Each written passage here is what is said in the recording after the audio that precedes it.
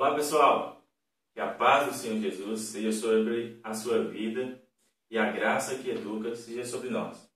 Hoje, dando sequência ao nosso estudo, ao nosso bate-papo aqui sobre a classe dos juvenis, que está tratando sobre bons conselhos. Estou aqui com o meu pastor e vamos estar estudando na lição de número 9 o tema Ouça seus pais. Essa hora é a hora que eu tenho que ficar calado, né? E ouvir. É um bom conselho. Provérbios, ele narra isso desde o primeiro capítulo.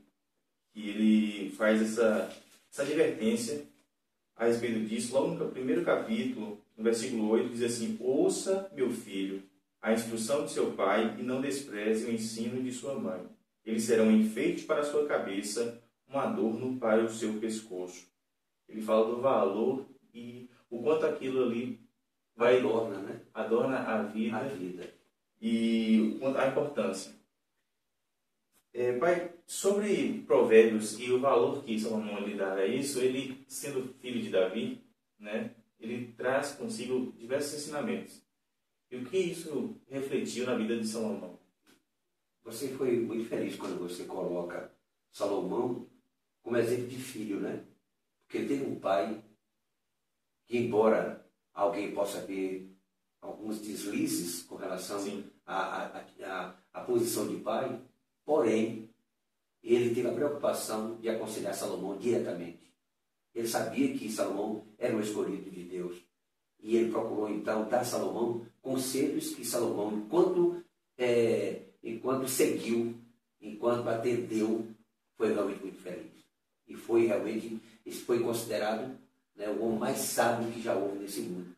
Então, é prova de que, quando a pessoa atenta prudentemente para um conselho do pai, e eu queria abrir um parêntese aqui, porque justamente a questão de pai é quando é pai, não é somente a questão de gerar, mas é a questão de depois de gerar, continuar com essa atitude, de desejar que o seu filho, aquele que ele gerou, possa ser igual ou melhor do que ele. Se o pai olha para o seu filho e o vê como ele é, ou maior do que ele, isso não tem preço. Isso é tudo que o pai deseja. Sim. Dentro desse texto, desse tema que nós iremos estudar no domingo, nós sabemos que Deus, sendo nosso Pai, ele, ao criar Adão, ele, diante da sua própria criatura, ele foi acusado.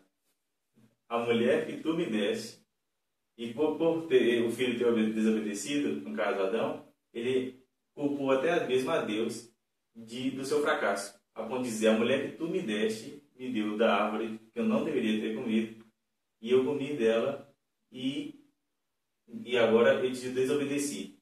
Então até Deus, o próprio Deus foi acusado, né? Então, injustamente, né? Nós sabemos que depois do pecado, essas consequências elas vão cada vez mais aumentando e chegam nos nossos dias de maneira assim que um fato narrado que chegou e muito chocou a toda a sociedade foi o caso da Susana Richthofen, que tramou a morte dos próprios pais por conta de uma paixão.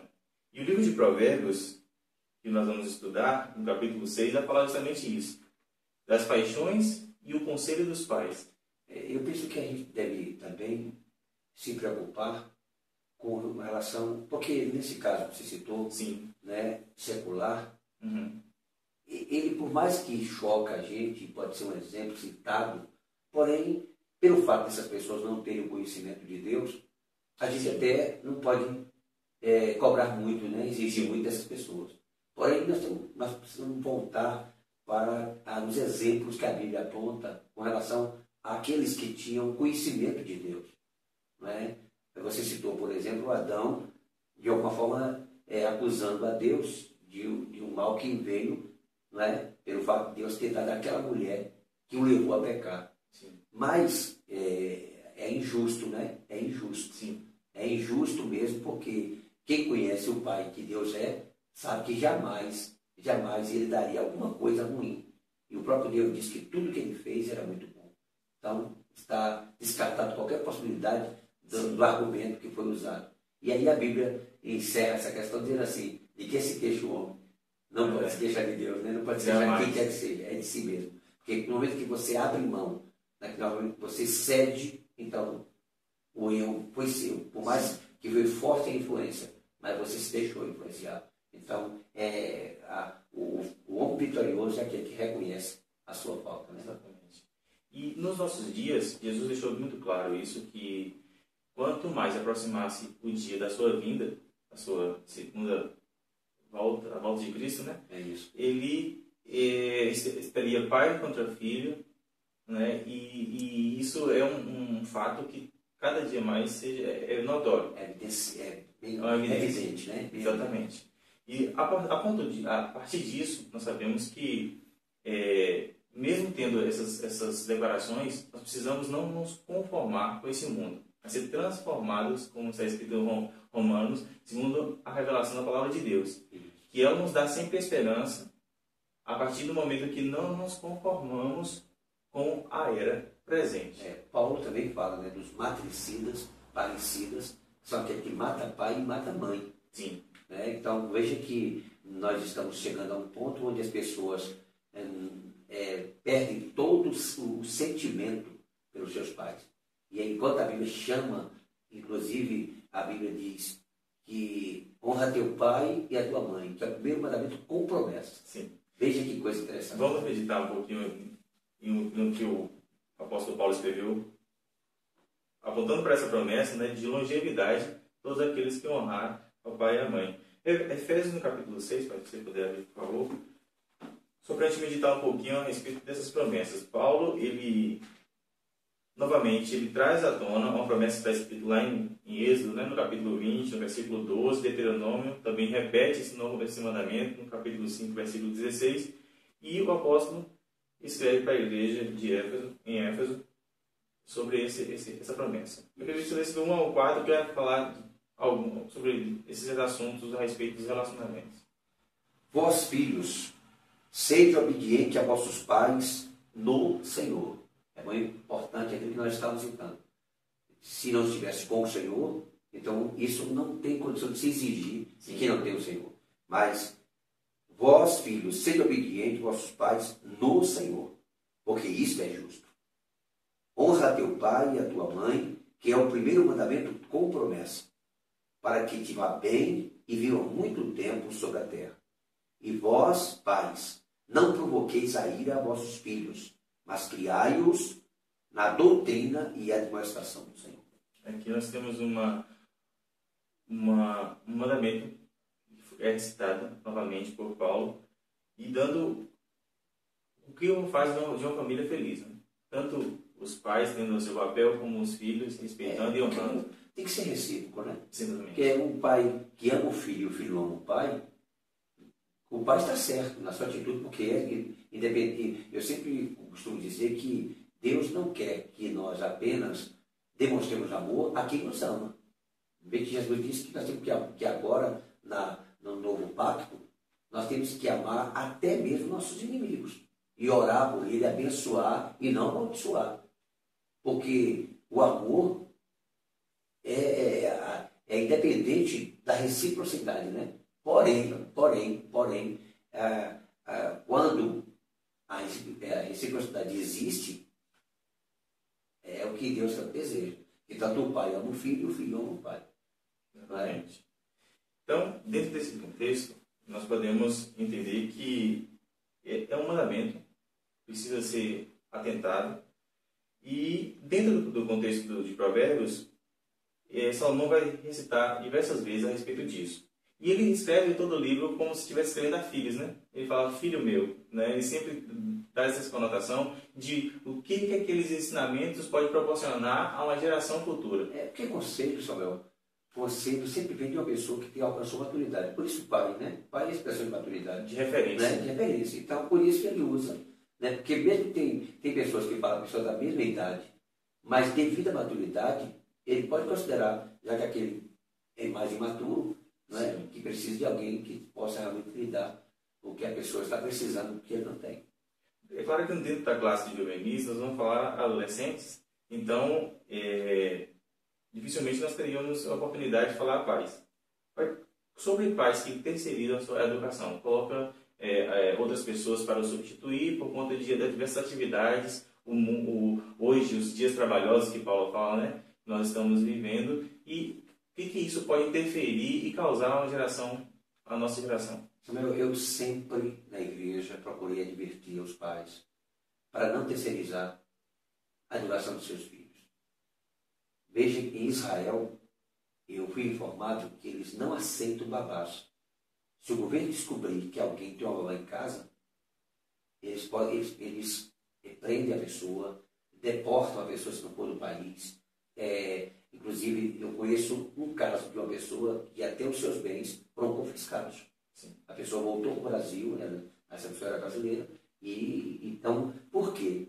Porque ninguém pode criar um filho melhor que o seu pai. Porque, por exemplo, Samuel, na realidade brasileira, por exemplo, não é fácil criar uma criança, educar uma criança, não é fácil. Aí você paga mal uma pessoa, não dá o que a pessoa realmente merece. A pessoa, por sua vez, por não ser bem pago, também não dá a atenção devida, o esforço que a pessoa... Então, qual é o resultado disso? É muito fácil chegarmos à conclusão do que vai acontecer. Eu, por exemplo, da nossa experiência, quantas vezes eu vi pais crentes colocar pessoas descrentes para tomar conta de seus filhos, enquanto esses trabalhavam para pagar o empregado, apenas para desenvolver uma atividade econômica, ou então uma profissão que era do seu gosto e tudo. Aí o que aconteceu? Casos em que os filhos começaram a se comportar como aquelas pessoas. Por exemplo, fumar, por incrível que pareça.